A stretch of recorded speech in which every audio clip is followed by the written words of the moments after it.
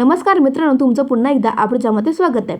सचिवालय विभागाअंतर्गत आता क्लर्क ग्रेड 2 मल्टीटास्किंग स्टाफ आणि ऑफिसर या पदाकरता पदभरती निघालेली आहे। लागताच तुम्हाला येथे 35,500 पासून ते 81,500 पर्यंत प्रति महिना सॅलरी भेटणार आहे। या व्हिडिओमध्ये तुम्हाला याबद्दल संपूर्ण माहिती बघायला भेटणार आहे, त्यामुळे व्हिडिओ शेवटपर्यंत नक्की बघा। व्हिडिओ आवडल्यास व्हिडिओ लाईक करा, चॅनल सबस्क्राइब नक्कीच करा। जर तुम्ही अजूनपर्यंत दिल्ली मेट्रो अंतर्गत जी पदभरती निघालेली आहे ती जर व्हिडिओ नसेल बघितली तर मी या व्हिडिओ डिस्क्रिप्शनमध्ये त्याला लिंक देत आहे, तुम्ही ती पण नक्की बघा किंवा चॅनल जाऊन बघू शकता।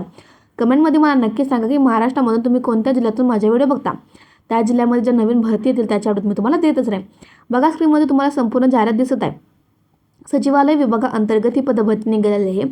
यामध्ये सर्वप्रथम पद असणारे क्लर्क ग्रेड 2चं, त्यानंतर ऑफिसर आणि मल्टीटास्किंग स्टाफ हे 3 पदे असणार आहेत। बघा, आता तुम्हाला शैक्षणिक पात्रता काय असणे आवश्यक असणार आहे, तर क्लर्क ग्रेड 2 साठी तुम्हाला 12वी प्लस तुमचं टायपिंग येणे आवश्यक असणार आहे आणि MA करणे आवश्यक असणार आहे। त्यानंतर ऑफिसर या पदाकरता तुम्हाला पदवी प्राप्त असणे आवश्यक असणार, ती कोणत्याही फील्डमध्ये असेल तरी चालणार आहे। मल्टीटास्किंग स्टाफ याकरता तुम्हाला फक्त 12वी पास असणे आवश्यक असणार आहे। बघा, आता सिलेक्शन प्रोसेस काय असणार आहे, तर सिलेक्शन प्रोसेसमध्ये पहिल्यांदा तुमची एक्झाम घेतली जाणार आहे, त्यानंतर तुमची स्किल टेस्ट घेतली जाणार आहे आणि त्यानंतर तुमचे डॉक्युमेंट व्हेरिफिकेशन आणि मेरिट लिस्ट लावली जाणार आहे।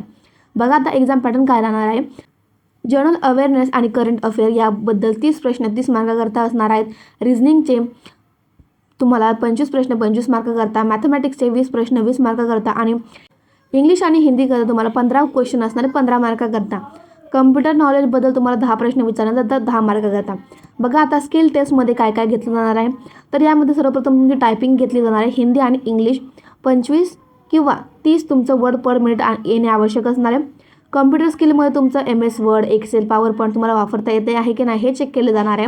त्यानंतर बघा, आता असे कोणते डॉक्युमेंट आहे जे तुमच्याकडे असणे आवश्यक असणार तर तुम्ही ते अप्लाय करू शकता। तर सर्वप्रथम फोटो, सिग्नेचर, आधार कार्ड, पॅन कार्ड, त्यानंतर तुम्ही कास्टमध्ये असाल तर कास्ट सर्टिफिकेट आणि नॉन क्रिमिनल, त्यानंतर तुमचं एज्युकेशन क्वालिफिकेशन सर्टिफिकेटमध्ये तुमचं 10वीचं 12वीचं सर्टिफिकेट तुमच्याकडे असणे आवश्यक असणार। ज्या तुम्ही पदाकरता फॉर्म भरत आहात त्या पदानुसार तुमच्याकडे टायपिंगचे किंवा MA सर्टिफिकेट तुमच्याकडे असणे आवश्यक असणार आहे। बघा, आता ॲप्लिकेशन स्टार्टिंग डेट काय असणार आहे, तर ॲप्लिकेशन स्टार्टिंग डेट ही 27 फेब्रुवारी 2026 पासून होणार आहे।